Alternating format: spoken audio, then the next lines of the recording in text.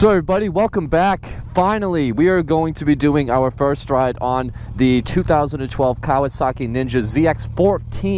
ZX14R. This is the bike that I've kind of rebuilt from the ground up. Well, not the ground up, but it was smashed and I fixed it for the most part. As you guys know, it's not completely done. There's still some road rash on it in certain areas. It's not perfect. But anyway, guys, today we're going to be doing the first ride. Now, a little bit of a confession to make. I've actually already done the first ride, and my stupid GoPro battery died, and it happened like 3 minutes in, and I didn't know. So this is not like an authentic first ride. I'm sorry, guys. I really am. I thought the battery was full, and it wasn't. So I'm sorry about that. But we're going to be doing the second ride on this bike. So I'm going to title it First Ride anyway, though. I'm going to try to leave my impressions. I did the original first ride over a month ago, back in early March. It's now late April, so over a month, almost 2 months ago. So my impressions are kind of fresh again because it's been so long. And I've been riding the 600 again, so I'm kind of going back to like what I used to ride. So it's a little bit of a fresh experience for me again, even though I've ridden it once before. You know what? There's nothing else to do. Let's just ride it. Let's go ahead and do this first ride. Now the sun is over there, so I'm going to try to be riding this way so you guys can see. That's kind of a little bit of a motovlogger tip. If any of you guys are motovloggers, always go away from the sun so it's at your back. Otherwise, it just looks terrible on camera.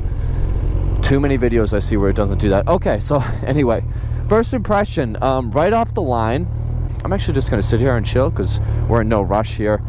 It's actually not too tall. I can flat foot it, which is kind of surprising. I thought I wouldn't be able to on such a big bike like this, but I can flat foot it. The crazy thing about this bike is that it's actually very easy to ride. I did not think it would be easy to ride, but this thing is almost easier than even my 600, which is crazy to think, but it actually is.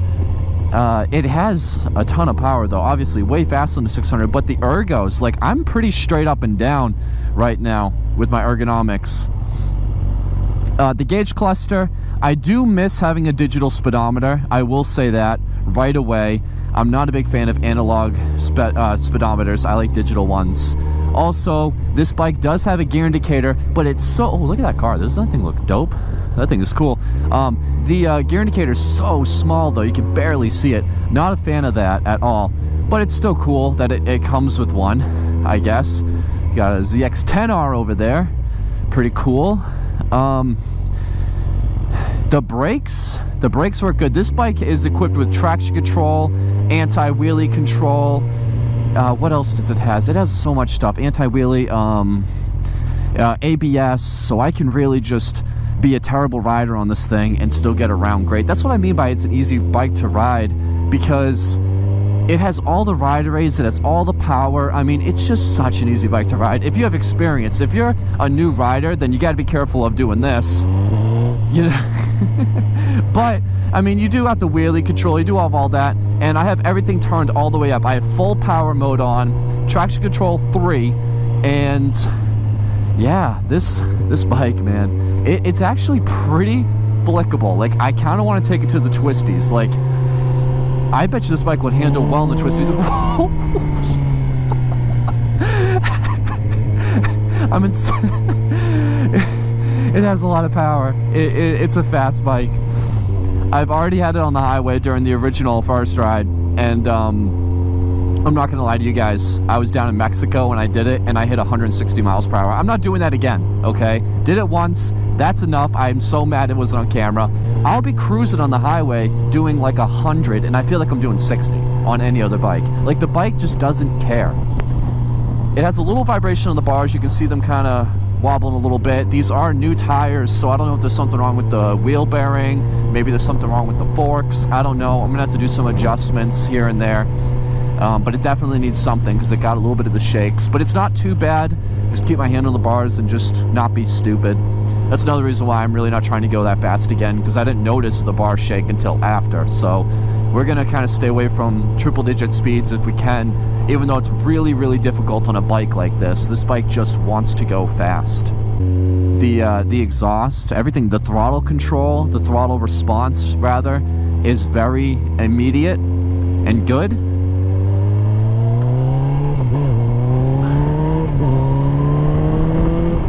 has all the passive power you could ever want. And it's very like linear with the power band as well, which is something I was not expecting. I was not expecting a linear power band from a bike with an engine. Well, I guess a bike, an inline 4 like this. Not to say it doesn't have anything up top, because it does. But the power, let's not talk about it because we're not really in it. The mirrors are actually really good. These are like car mirrors, seriously. I can see everything behind me. They're very smooth. They're a little dirty, I'll admit that, but they're smooth. They're good mirrors. In terms of sport bikes, they're some of the best I've experienced. I'm trying to think of what else. This windshield, I believe this is not this is a double bubble windshield. So it's not the factory height, so it's a little bit different than what stock would be, but it's not too much different. Let's see if we're still recording here. Yeah, we are. I got PTSD over that. It handles really good for a bike like this. It seriously is very surprising how it handles, and it's surprising. You would expect a bike like this to be a lot heavier than it is, to be a lot lazier than it is, but it's actually very energetic. It wants to like pull, it wants to twist, it wants to turn, it wants to dip. It does a lot of that stuff. Kawasaki honestly did a fantastic job with this bike, and I can see how it dismounted or dethroned the Hayabusa, because it's honestly just a better bike. I mean, I know I get a lot of flack for that Hayabusa video I made where I was talking about this bike as the cheater bike, and I just meant in terms of power, but this bike not only makes more power, it weighs less, it has better technology. It's just a better bike than the Hayabusa was at its time. So no knock on Suzuki, they made an awesome bike, but Kawasaki made a better one, plain and simple. And I think if Kawasaki made the engine size the exact same, it still would have been faster, and it still would have been a better bike because it weighed so much less. Now, going through and working on this bike, people warned me in the comments saying you're gonna hate working on this bike, and I can see why they said that. Working on this bike was definitely no treat. It really was not a treat. It was kind of a hard bike to work on in a sense, because everything's so tight, and the weird thing about it too is that the airbox is like, you can't move. The airbox is like part of the frame, so everything's very tight. You can't go from the top end, you have to go from the side or from the front, which makes it very difficult. Oh man, that power. This is a good test. This road is terrible, and the suspension is actually soaking up the bumps pretty good. It's not hurting me that bad. It's not great, but I'm going to tell you right now, and I'm much happier on this than something like an RC51. In fact, on an RC51, I think I'd be pretty miserable on that thing. Honestly, every time I ride the RC51, I'm pretty miserable. It's an awesome bike, it's cool, but it just doesn't belong on the streets, where something like this does belong on the streets. It belongs on the streets, it belongs on the highway. It's honestly just a fantastic road bike, and I think the closest thing I can compare it to is maybe the VFR. And my only issue with the VFR compared to this bike is that this bike is just better than the VFR. I mean, as much as I hate to admit it, this bike is better in pretty much every single way. I think it weighs maybe a little bit more, but it holds the weight just as well as the VFR does. Not only that, but it has all those rider aids, which a lot of people hate the rider aids, but I'm actually welcome to them. I think the rider aids are a good thing to have, especially with a bike this powerful. I'm happy that it has traction control. I'm happy that it has ABS. I'm happy that it has wheelie control, especially wheelie control. I mean, I could see somebody flipping this bike over pretty easily. And so I leave all those nannies on, at least for now, because I don't really see a purpose for removing them. I mean, the bike's safer with them, and it's still fast as hell with them as well. And I do have the full power on. You don't even have to really get on the throttle either. Like, you can kind of stay low on the throttle, and it'll still move, no problem. A little cold though. I should have brought a warmer jacket than this one. And you can, like, let's see, I'm in 6th gear now doing 55, and it just doesn't care. So it's been a long ride, guys. It's been a long journey from getting this bike and putting it back together. It's been fun though. It's been an experience being on something like this. I guess the question is, would I want to keep it? And I don't know. I don't really have an answer for you yet. I mean, it's registered, it's insured, it's totally legal in every way. The problem is with a bike like this, I really feel like I might just get into too much trouble with it, or I don't know. You just never know. So I don't need it. I guess that's the point. But it's still a cool bike, and the cool thing about it too is that although it has, a lot of people fixate too much on the horsepower. Like, how much horsepower does this bike have? This thing has like, what, 200? They focus on what's the 0 to 60, what's this, that, and the other thing. It's like, you look at the dynos and all that stuff. It doesn't matter though, because most of the time, 95% of the time, you're riding like this. You're in third gear, doing 40 miles an hour, holding the throttle 1/8 of the way open. So, and you're just rolling down the street. And the bike does that great though. Like, that's the cool thing about this bike, is that it does that great. It does that great, and it also does the high-end great. It does everything pretty good. And so, and I got a lot of comments on my last video when I said it was finished, and people were saying, well, I didn't get a lot. I had a couple comments. So somebody said, like, it's a 50-foot bike, it's a 20-foot bike. First of all, my goal with this bike was never to have it showroom condition. If I gave that, if I gave you guys that idea, that if I gave you that impression or whatever, that's what I was going with, then I wholeheartedly apologize. That's not what I meant to do. It was never meant to be a showroom example bike. It never. I was never going to invest that kind of money into it. But it was meant to just kind of be a reasonable bike.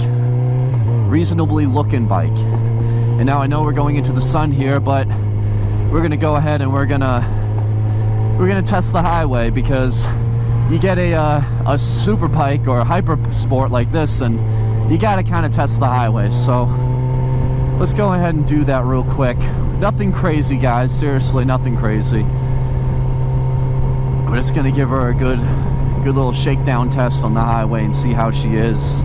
So here we go. Ooh, I'm kind of nervous. I don't know why I get so nervous when I'm getting on the highway. Probably because I know I'm about to do something dumb.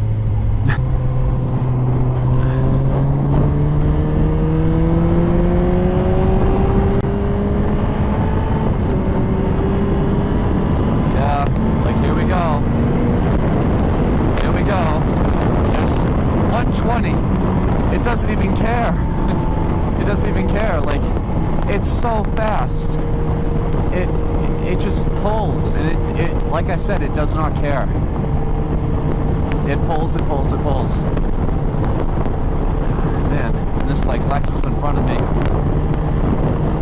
like I can just pass him. I don't even have to downshift. I'm in 6th gear, and I can just do it all day long. And I'm just casually going 100. And like, look, I'm just casually going 100. Wild.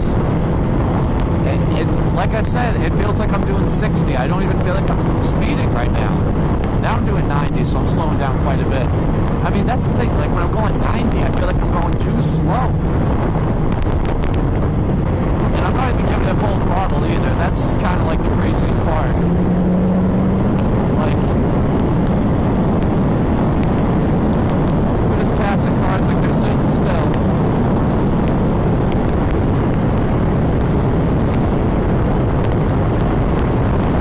Crazy.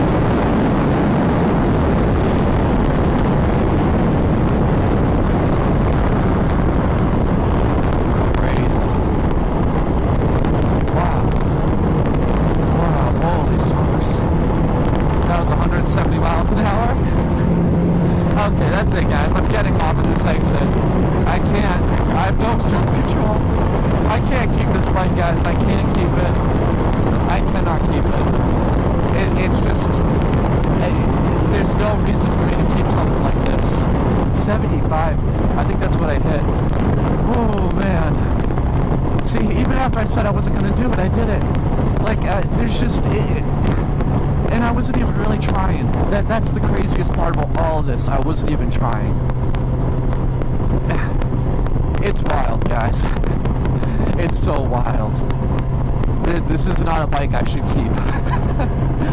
Do I respect the hell out of the ZX14? Absolutely. This bike is not to... This thing is just crazy. Oh man, it is so crazy. It's just, the craziest part about this whole entire bike is just how nonchalant it is about it too. Like, I would say that the craziest part is the power and everything. It's not. The craziest thing is that it has the power and it doesn't care. It just pulls and pulls and pulls, and it doesn't complain, it doesn't do anything, it just does it. And it's amazing. It's honestly amazing. Kawasaki, you guys did such a fantastic job with this bike. I'm like actually shaking right now. It's a lot. I mean, I don't know if I'm shaking because I'm cold or because it's just I was just doing that. Okay guys, sorry my GoPro died, but I don't know when it died, but I pulled up here and I'm just gonna say goodbye. Thank you all so much for watching. I don't know what's next with this bike. I'm not sure what my next step is going to be. Do I keep it? Do I don't keep it? You guys let me know in the comment section below what I should do with this bike. Should I keep it? Should I move on to another one? I might keep it for the summer and sell it next year. But I don't know if I want to get into another bike unless I get rid of one of mine first, because I have 5 bikes now. I have a 600, the 954, the RC51, the VFR, now this. That's 5 bikes. That's pretty much a bike over my capacity already, so I don't think I can go for another one. But if I get rid of one, I could. So if you guys want to see a new bike on the channel, I could get rid of this. If you guys are interested in this bike, it's not for sale, but if you email me at HeroRR@gmail.com and make me an offer I can't refuse, then maybe I'll part ways with it, or maybe I'll trade it or something like that. Because honestly, this bike is too much for me. I just don't want to get in trouble with it. I don't want to get hurt on it. But it is a cool bike, and I just don't know if I have the maturity to ride it normal. I mean, you guys saw, I just did 175. Like, that's ridiculous. But thank you so much, everyone, especially my patrons. At the end of this video, I'm going to show all their bikes that they've contributed to the series, or I might put it over the screen now. You guys, you made this all possible, or you didn't make it possible, you made it a lot easier. And the money that I made from the Patreon series, I purchased a new exhaust system for this bike, so the Akrapovic is going away. If you're interested in a damaged Akrapovic exhaust, it is an expensive system, so I might be willing to part ways with it if you send me an offer at my email address that I mentioned earlier. But I don't know what the next step is. Do I get rid of this bike? Do I keep the bike? Part of me wants to keep it for the year and then sell it next year. I don't know. But right now it's not for sale. But if you email me, I might listen to you. We'll see. But thank you all so much for watching. Thank you for supporting the series, especially the patrons. Thank you guys so much for supporting the series. And I will see you all in the next one. All right, take care and bye-bye.